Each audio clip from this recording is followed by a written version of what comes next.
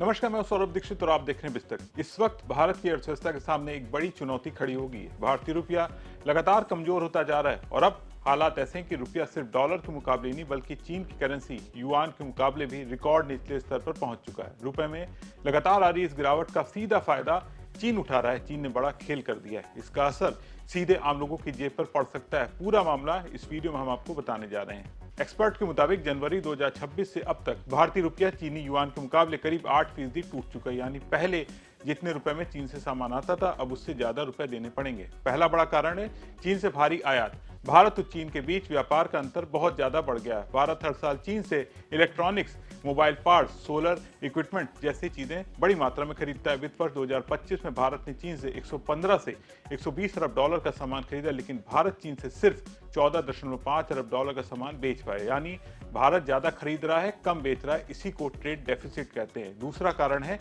चीन की करेंसी मजबूत होना। जहां भारतीय रुपया कमजोर हुआ है वहीं चीन की करेंसी युआन मजबूत हुई है। इस साल चीनी युआन डॉलर के मुकाबले 2 से 3% मजबूत हुआ है। यानी चीन की मुद्रा की ताकत बढ़ी है।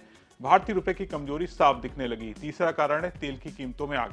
अमेरिका और ईरान के बीच तनाव की वजह से हार्मुज जलमार्ग बंद होने से युद्ध जैसे हालात ने तेल की कीमतों को बढ़ा दिया है। कच्चा तेल $100 प्रति बैरल के आसपास पहुंच चुका है। भारत अपनी जरूरत का ज्यादातर तेल विदेश से खरीदता है, इसलिए तेल महंगा होने से भारत का इंपोर्ट बिल बढ़ गया है। और चौथा कारण है विदेशी निवेशकों की बिकवाली। विदेशी निवेशक भारतीय शेयर बाजार में लगातार बिकवाली कर रहे हैं, अपना पैसा निकाल रहे हैं। इस साल अब तक विदेशी निवेशकों ने 2.2 लाख करोड़ रुपए निकाल लिए।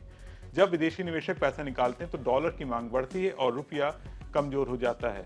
अब सबसे बड़ा असर आम लोगों पर पड़ सकता है। पहले एक चीनी युआन लगभग 13 रुपए के आसपास था, अब एक चीनी युआन 14 रुपए तक पहुंच गया। यानी चीन से आने वाला सामान 8 से 10% महंगा हो चुका है। अगर पिछले साल के आधार माने तो रुपए की कमजोरी की वजह से भारत पर करीब 80,000 करोड़ रुपए का अतिरिक्त बोझ आ चुका है। यानी भारत को वही सामान खरीदने के लिए अब ज्यादा पैसे देने पड़ रहे हैं। अगर चीन से सामान महंगा होता है तो मोबाइल फोन महंगे होंगे, इलेक्ट्रॉनिक सामान महंगा हो सकता है और कई उद्योगों की लागत बढ़ सकती है। तो अब आपको बताते हैं चीन को कैसे फायदा मिल रहा है। जब चीनी युआन मजबूत होता है तो चीन को अपने एक्सपोर्ट से ज्यादा कमाई होती है। यानी भारत जैसे देशों को चीन का ज्यादा पैसा देना पड़ता है। इससे चीन की अर्थव्यवस्था को सीधा फायदा मिलता है।